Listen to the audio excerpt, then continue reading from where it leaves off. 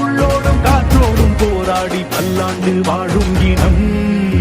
பொறி விழுந்தது பணம் எரிந்தது கிரிந்தது நதியும் நுகி கரிந்தது நிலம் சரிந்தது திரிந்தது பருவம். அங்கார கூத்தாடி அனலுக்குள் நீராடி